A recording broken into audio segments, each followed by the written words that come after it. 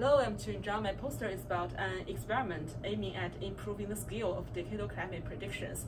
Climate change is affecting our lives everywhere. For example, more frequent wildfires, long period drought, and the increasing number of tropical storms. All of these are related to climate change.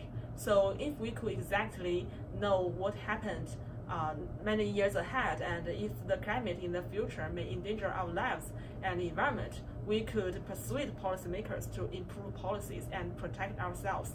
Luckily, decadal predictions have skills in predicting some variable anomalies, but only limited to anomalies because of drift. Drift means the model initial conditions which close to the reality are far away from the model preferred climatologies. So the model will fast drop to their preferred states without any natural signals. Take figure 2 as an example, and the x-axis stands for time and the y-axis is raw temperature. Black line means the observation, gray line is the model preferred states. Solid colored lines are decadal predictions, and dashed color lines are their bias corrected predictions.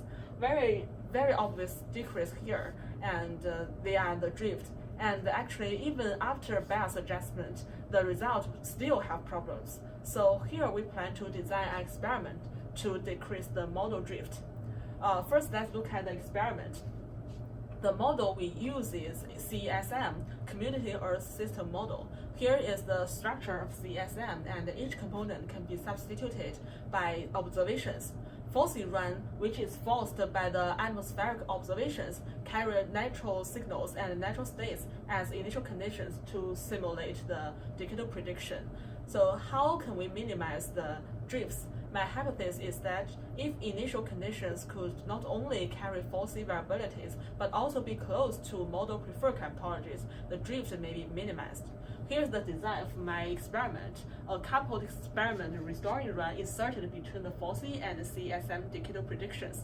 Sea surface temperature and salinity are substituted by the result of FOSSI. In this way, the atmosphere can feel natural signals and reinforce the ocean.